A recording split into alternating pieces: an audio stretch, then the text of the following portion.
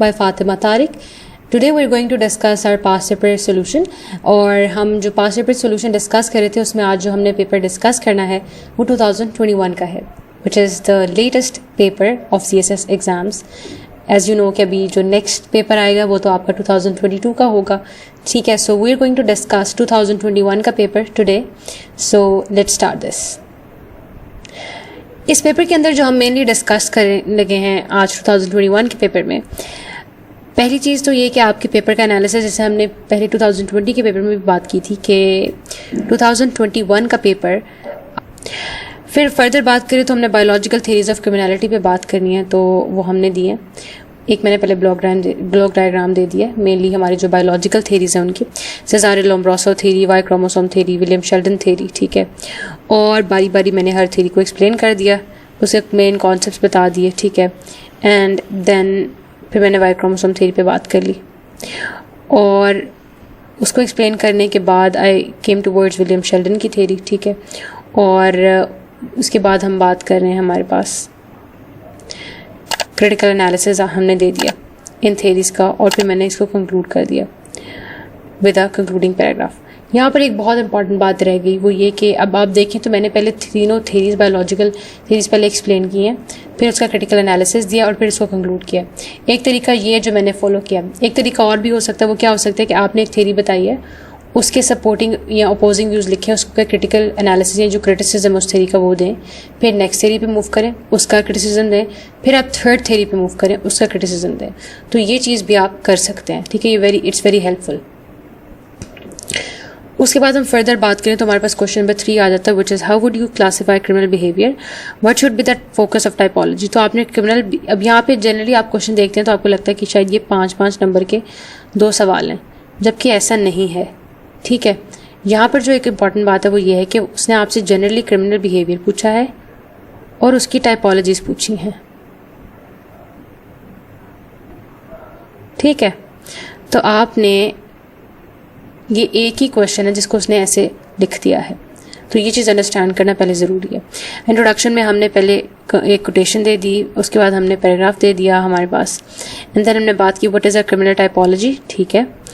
और उसको हमने थोड़ा सा उसको डिफ़ाइन कर दिया है, उसकी क्लासिफिकेशन दे दी है क्रिमिनल बिहेवियर की. और ये देखिए हमारे पास टाइपोलॉजीज इन क्रिमिनोलॉजी, बायोलॉजिकल, साइकोलॉजिकल, सोशोलॉजिकल. अब हमने वो डिफरेंट टाइपोलॉजीज दे दी. साइकोलॉजिकल पे हमने पहले बात की कर रहे हैं, फिर हम बात करेंगे बायोलॉजिकल टाइपोलॉजीज पे, and then will talk about हमारी जो फर्दर सोशोलॉजिकल टाइपोलॉजीज हैं, तो इस पे हम डिटेल में बात करेंगे.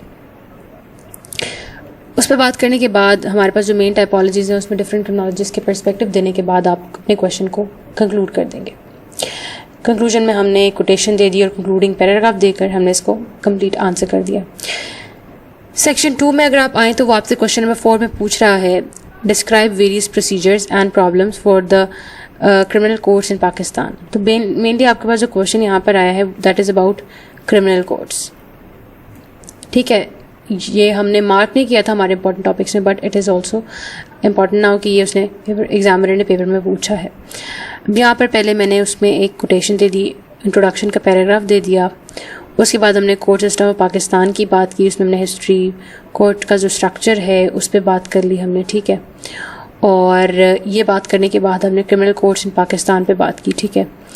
और ये देखें हमने इसका अगेन एक डायग्राम के थ्रू उसको एक्सप्लेन कर दिया. High courts, court of session, court of magistrate, ठीक है. फिर आपके पास आ जाता है criminal procedure system in Pakistan, ठीक है. अब criminal procedure system in Pakistan पे हम बात करेंगे, ठीक है. और वो हमने उसमें हमारे पास जो डिफरेंट लॉज हैं उसकी हमने बात कर दी. और फिर हमने प्रॉब्लम्स बताए हमारे पास क्रिमिनल कोर्ट्स के, ठीक है. Backlog of cases, shortage of जजेस, ठीक है. करप्शन है, आउटडेटेड लीगल फ्रेमवर्क है, non professional conduct of bar, remedial measures फिर हमने बता दिए थोड़े से. चूँकि यहाँ पे स्पेस कम थी तो मैंने इनको सारा इकट्ठा यहाँ पे ऐसे ही मेंशन कर दिया, लेकिन आप इसको चाहें तो इसके पॉइंट्स भी आप बना के दे सकते हैं, ठीक है. That's a better approach. Conclusion फिर हमने दे दिया, ठीक है. उसमें कोटेशन दी एंड देन हमने उसका जो है वो एक एंड पे कंक्लूडिंग पैराग्राफ दे दिया. इम्पॉर्टेंट बात यहाँ पर ये थी कि उसने आपसे क्वेश्चन पूछा था कि जो आपने प्रोसीजर्स और प्रॉब्लम्स बताने हैं क्रिमिनल कोड्स के, आपने पहले कोड सिस्टम डिफाइन किया। इसमें आपने मेरा जो सीक्वेंस है वो देखे, मैंने कोड सिस्टम को पहले बताया, फिर मैंने उसके प्रॉब्लम्स बताए, प्रोसीजर्स पे बात की, फिर हमने उसकी सजेशंस भी दी। तो हमने स्ट्रक्चरली और एक सीक्वेंशियल वे में हम अपने क्वेश्चन के जो आंसर है उसको लेकर चलेंगे, ठीक है। ये बेस्ट अप्रोच होती है। उसके बाद आप चलें तो हमारे पास आ जाता है क्वेश्चन नंबर 5। इसमें वो आपसे पूछा define juvenile probation, explain the organisation and administration of juvenile probation services. अब जो ये क्वेश्चन है ना, ये देख के बंदा एक दफ़ा थोड़ा सा ना कंफ्यूज हो जाता है, या पैनिक थोड़ा सा करता है कि यार जुवेनाइल प्रोबेशन तो पढ़ी नहीं मैंने, ठीक है। लेकिन आप अपने इस क्वेश्चन को दोबारा पढ़ें, juvenile probation, juvenile probation, probation तो पढ़ी है ना आपने। तो अब हुआ क्या है, आपने पढ़ी थी जनरल प्रोबेशन, उसने सवाल पूछा जुवेनाइल प्रोबेशन। अब हमने इसको कैसे हैंडल करना है। अब बात यह है, प्रोबेशन के अंदर एक ब्रॉडर टर्म है, एक ब्रॉड टॉपिक है, लेकिन उसने आपसे इसको स्पेसिफाई करने के लिए कहा है। उसने आपसे सिर्फ जुवेनाइल प्रोबेशन पूछा है, तो अब आपने उसको जुवेनाइल प्रोबेशन बतानी है, ठीक है। सो इसके अंदर you are going to make it more specific, ठीक है। यहाँ पे ये इंपॉर्टेंट बात है आपके पास कि मेक योर टॉपिक स्पेसिफिक, ठीक है। अब उसके अंदर आप आगे, तो हमारे पास juvenile probation is the workhorse for juvenile justice system, ठीक है। अब आपने इसको स्पेसिफिक करना। अब एक और अप्रोच अगर आपको बताऊं, तो जहाँ जो चीज़ें आपने सारी प्रोबेशन के लिए पढ़ी थी, उसको आपने थोड़ा सा जुवेनाइल के लिए मोल्ड कर लेना, जुवेनाइल प्रोबेशन के लिए। और जहाँ जहाँ प्रोबेशन का वर्ड यूज़ कर रहे थे, वहाँ वहाँ आप हेडिंग में साथ एक जुवेनाइल का वर्ड भी ऐड कर दें। अभी आप देखिएगा, आंसर हम डिस्कस करते हैं।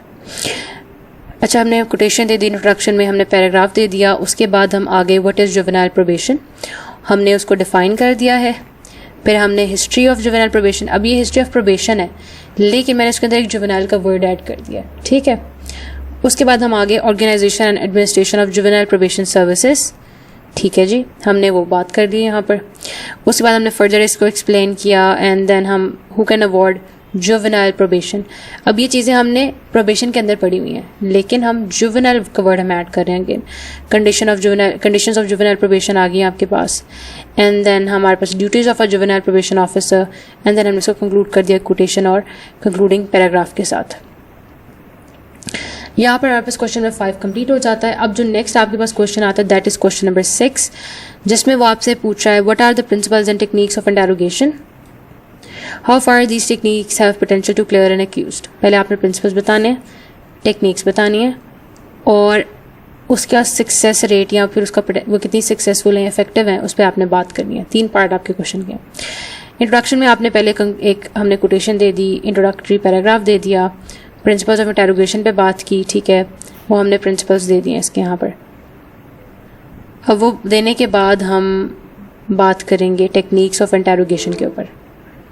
अब वो हमने दे दी day technique, peace method, kinesic interview, ठीक है। बारी बारी हमारे जो सारे टेक्निक्स हैं इस पे हमने बात की, ठीक है। वो बात करने के बाद आपके पास आ जाएगा कंक्लूजन, जिसके अंदर आपने कंक्लूडिंग पैराग्राफ दिया, ठीक है। और उसके बाद फिर हमने यहाँ पे कोटेशन दे दी और कंक्लूडिंग पैराग्राफ हमने दे दिया। तो बेसिकली आपने उसकी टेक्निक्स पे सेपरेट बात की है, आपने उसकी जो प्रोसेस है उस पर सेपरेट आपने बात की है, ठीक है। और उसके बाद आपने उसका जो पोटेंशियल है उस पर आपने सेपरेट बात करनी है। यहाँ तक हमारा ये कंप्लीट हो जाता है। उसके बाद हम चलते हैं हमारे पास हमारे नेक्स्ट क्वेश्चन पे, विच इज़, अच्छा यहाँ से एक चीज़ आप नोटिस कीजिएगा कि जो एक पेज यहाँ से मिसिंग है वो हमारे पेपर के बिल्कुल एंड पे है। हम उसको पहले देख लेते हैं, उसके बाद हम यहाँ वापस आते हैं। ये हमारे पास जो है वो क्वेश्चन का जो लास्ट पार्ट है वो देखना चाह रहा था। What is the difference between Europol and Interpol, how does Europol assist member states in investigation to control terrorist networks in Europe. अब यहाँ पर वो आपसे बेसिकली दोनों का डिफरेंस पूछना चाह रहे हैं, ठीक है। इंट्रोडक्शन में सबसे पहले हम क्या कर रहे हैं, हमने यहाँ पर सबसे पहले आपने एक कोटेशन दे दिया अगेन, ठीक है। और अच्छा, उसने आपसे क्वेश्चन एक दफ़ा दोबारा अंडरस्टैंड करते हैं कि पहले उसने आपसे डिफरेंस पूछा दोनों का, और दूसरा उसने आपसे यूरोपोल की डिटेल पूछी है। पहले आपने कोटेशन से स्टार्ट ले लिया उसको, फिर आपने इंट्रोडक्टरी पैराग्राफ दे दिया, ठीक है। अब हम वापस आते हैं। अच्छा जी, वापस आते हैं हमारे पास। तो ये वो करने के बाद, इंट्रोडक्शन के बाद आप आगे इंटरपोल और यूरोपोल के डिफरेंस के ऊपर उस पर हमने बात की, ठीक है। Stands for establish headquarters, president या डायरेक्टर, रिस्पॉन्सिबिलिटी हमारे पास, governing body, executive power, arresting powers, objectives, फिर कवर क्राइम्स, ठीक है। हमारे पास ये सारा कुछ आ गया। उसके बाद आपने रोल ऑफ यूरोपोल की बात कर ली है, ठीक है। और इसके बाद रोल की जब हम बात करें तो उसके अंदर डिफरेंट आप सब हेडिंग्स पे देंगे। Facilitating the exchange of information between Europol and Europol liaison offices, ठीक है। उसके बाद हमारे पास प्रोवाइडिंग ऑपरेशनल एनालिसिस, ये आ गया आपके पास एक पॉइंट। फिर हमारे पास आ जाता है providing expertise and technical support, ये आ गया आपके पास। And then generating strategic reports, ठीक है। फिर हमारे पास enhancing partnership and fund raising, and then हमने इसको कंक्लूड कर दिया विद कंक्लूजन में कोटेशन देकर और कंक्लूडिंग पैराग्राफ देकर। तो बेसिकली हमने पहले इंटरपोल और यूरोपोल का डिफरेंस दिया जो क्वेश्चन की रिक्वायरमेंट थी। उसके बाद हमने बात की कि यूरोपोल का जो रोल है यूरोप के अंदर, उसको उस पर हमने थोड़ी सी डिटेल में बात की है। तो हमारे क्वेश्चन के यही मेन 2 पार्ट्स थे जो हमने एड्रेस कर दिए। क्वेश्चन नंबर 8 सेक्शन 4 में अगर आप आएँ तो यहाँ पर वो आपसे पूछ रहा है several specific law enforcement agencies enforcement strategies fall within the framework of intelligence led policing, discuss any 4 strategies. तो उसने आपसे यहाँ पे इंटेलिजेंस लेड पॉलिसिंग पूछी है, उसने आपसे 4 स्ट्रैटेजीज पूछ ली हैं। अब यहाँ पर हम जो है बेसिकली उसकी स्ट्रैटेजीज की बात करेंगे और उसमें से कोई सी 4 हमने डिस्कस करनी है यहाँ पर, ठीक है। सबसे पहली चीज़ आपके पास आ गई कि आपने कोटेशन दे दें यहाँ पर अगेन इंटेलिजेंस लेड पॉलिसिंग में, फिर हमने इसको थोड़ा सा एक्सप्लेन कर दिया। उसके बाद हम बात करें यहाँ पर how intelligence led policing works, how information becomes intelligent, intelligence, फिर हमने बात की स्पेसिफिक लॉ इन्फोर्समेंट स्ट्रैटेजीज़ की, ठीक है। हमारे पास जो आ जाती हैं डिफरेंट, और इस पे बात करके हमारे पास हमने बारी बारी हम जो 4 स्ट्रैटेजीज़ हैं मेन उसको हम दे देंगे। Community oriented policing, hotspot policing, partnership model of policing and problem oriented policing. तो these are the main 4 strategies जो हमारे पास हैं यहाँ पर कम्युनिटी इंटेलिजेंस लेड पॉलिसिंग के अंदर। वो हम बारी बारी हर एक को एक्सप्लेन करेंगे। हर एक के अंदर मैंने एक डायग्राम के साथ भी उसको थोड़ा सा कॉन्सेप्ट दे दिया है और फर्दर उसको एक्सप्लेन वैसे भी कर दिया। अब अगर फिर एंड पे हमारे पास आ जाता है कंक्लूजन और हमने उसको जनरली कंक्लूड कर दिया simple with a quotation and concluding paragraph. Question number 9, अब ये वो सवाल है जो आप पढ़ के तो पैनिक कर सकते हैं कि जी ये तो मैंने पढ़ा ही नहीं, ये तो मेरे सिलेबस में भी नहीं है, तो इसको मैंने कैसे हैंडल करना। उसका तरीका क्या है कि ठीक है एक ऐसा सवाल आ गया जो आपने नहीं पढ़ा, आपको नहीं समझ आ रहा, उसको कैसे हैंडल करना, जस्ट लीव इट। आप इस क्वेश्चन को छोड़ दें, आप ऊपर वाला क्वेश्चन तो कर सकते हैं ना। हाँ, इस बात से अब आपको पैनिक नहीं करना चाहिए कि यहाँ पे इस बात से परेशान नहीं होना चाहिए कि एक सब पेपर है उसमें टोटल आपके पास 8 सवाल हैं, 4 अगर आपको आते हैं और 4 नहीं आते तो आपको खुश होना चाहिए कि 4 तो आते हैं, मेरे 4 सवाल जो मुझे आते हैं मैं वो करूँगा, अटैम्प्ट या करूँगी, तो मेरे क्वेश्चंस जो मेरे मार्क्स हैं वो तो सिक्योर हो जाएंगे 4 क्वेश्चन से। तो जब मेरे 4 सवाल करके आई एम कंफर्टेबल तो मुझे बाकी 4 की टेंशन लेने की कोई ज़रूरत नहीं है। मेरा मकसद तो 4 सवाल सिर्फ सॉल्व करना था ना। हाँ, अब ऐसे कोई क्वेश्चन आ जाते हैं तो उसके लिए फिर आपको मेंटली प्रिपेयर रहना पड़ेगा। समटाइम्स ये होता है कि आपके पास अगर फॉर एग्जांपल एक सेक्शन में दोनों ही सवाल अनएक्सपेक्टेड आ गए, जैसे हमने एक पेपर में देखा था कि एक डिफरेंशियल एसोसिएशन थ्योरी पूछ ली थी उसने और दूसरा आपसे उसने थ्योरी ऑफ सोशल बॉन्डिंग पूछ ली थी सेक्शन 1 में। आई थिंक 17 या 18 के पेपर में उसने ऐसा किया था। तो उस केस में आपने क्या करना है, फिर अगर ऐसे क्वेश्चंस आ जाएं तो फिर आपने उसको रिलेट करना सीखना है, उसको क्रिएटिवली हैंडल करने की कोशिश करनी है, उसको बिल्कुल खाली नहीं छोड़ देना, कुछ लिख के आना है, ठीक है। ट्रेड बेस्ड मनी लॉन्ड्रिंग बताना है, उसके एग्जांपल्स के साथ क्रिप्टो करेंसीज पे आपने बात करनी है। ट्रेड बेस्ड मनी लॉन्ड्रिंग पे पहले बात करें तो उसके आपने definition they the, common methods they दिया हमने, ठीक है।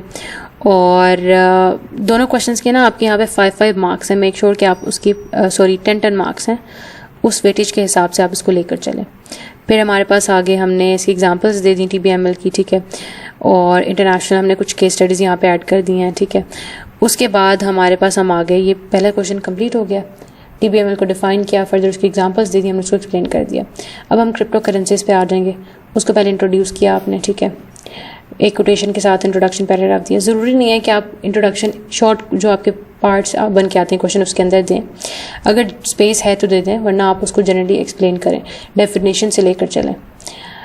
ट्रांजैक्शन पैटर्न्स आ गए आपके पास, द सेंडर और रिसिपिएंट प्रोफाइल्स आपके पास आ गई, सोर्सेज ऑफ फंड आ गए, ठीक है। तो यहाँ तक हमने उसके फैक्टर्स बता दिए हैं। अब हम बात करने लगे हैं इसकी, हमारे पास जो रेमीडियल मेजर्स हैं उसके ऊपर हम बात करेंगे। To control risk of money laundering through crypto currencies के थ्रू जो मनी लॉन्ड्रिंग होती है इसको कैसे कंट्रोल किया जा सकता है, तो उस पर हमने कुछ मेन पॉइंट्स हमारे पास दे दिए हैं, ठीक है। और यहाँ पर हमारा ये जो क्वेश्चन है कंप्लीट हो गया है। Question number 9 which is about, first part was about TBML trade based money laundering and the second part was about crypto currencies, ठीक है। यहाँ पर आपका क्वेश्चन कंप्लीट हो गया और this was all about our paper of CSS criminology paper of 2021। हमारे यहाँ पास पेपर सोल्यूशन सीरीज कंप्लीट हो गई है, ठीक है। होप आपको ये जो सोल्यूशन है